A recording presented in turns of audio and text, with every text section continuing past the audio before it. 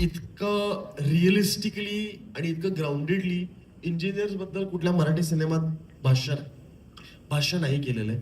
So I think तुम्हाला ते खूप आवडेल. आय फील सगळ्यांनाच ती फिल्म खूप आवडेल आणि सगळ्यांना, आणि प्लीज सगळ्यांना एक रिक्वेस्ट आहे, ती फिल्म प्लीज तुमच्या आईसोबत बघा.